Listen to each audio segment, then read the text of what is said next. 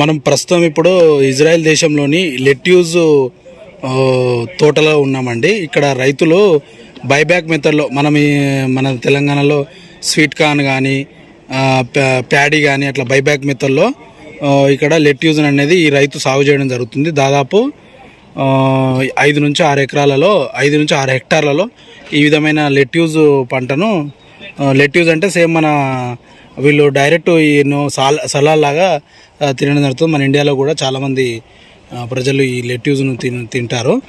అయితే డైరెక్ట్ ఈ ఆకులనే లెట్యూజ్ ఆకులను తింటారు. దీనిలో డ్రిప్ ఇరిగేషన్ పద్ధతి ద్వారా ప్లస్ ఈ షేడ్ నెట్ ప్లస్ మన ఈ పాలీ హౌస్లో ఈ డ్రిప్ విధానంలో ఈ లెట్యూజ్ పంటను సాగు చేయడం జరుగుతుంది. ఇందులో వీళ్ళు మీరు గమనించండి, ఇది ఆల్రెడీ హార్వెస్ట్ అయింది. ఇది కొత్తగా ఇప్పుడు పెరుగుతుంది. ఇప్పుడు కొత్త పంట. ఈ పంట వచ్చేసి మనకు ఇప్పుడు హార్వెస్టింగ్ రెడీగా ఉంది. అట్లా ఇది వచ్చేసి రేపో ఎల్లుండో హార్వెస్ట్ చేయడానికి రెడీగా ఉంది. ఈ విధంగా ప్రతి పాలీ హౌస్లో డిఫరెంట్ 4 దశలలో ఈ లెట్యూజ్ పంటలను సాగు చేసి కంటిన్యూస్గా కంపెనీలకు సప్లై చేయడానికి అవకాశం ఉండేలాగా ఈ రైతు దీన్నే మనం స్టాగర్డ్ సోయింగ్ దఫల వారీగా విత్తనం అని అంటాము.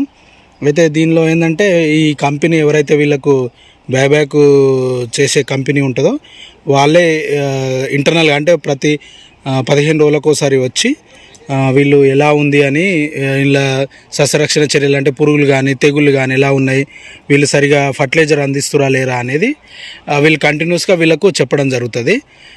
మళ్ళీ రైతుకు ఏంటంటే రైతు ఏమన్నా వీళ్ళు చెప్పిన విధానం పాటించకపోతే లేకపోతే కంపెనీ కూడా వీళ్ళకి పేమెంట్ సరిగా చేయకపోతే వీళ్ళ మధ్య అగ్రిమెంట్ ఉంటుంది కాబట్టి రైతుకు ఒక రక్షణ ఉండడం జరుగుతుంది.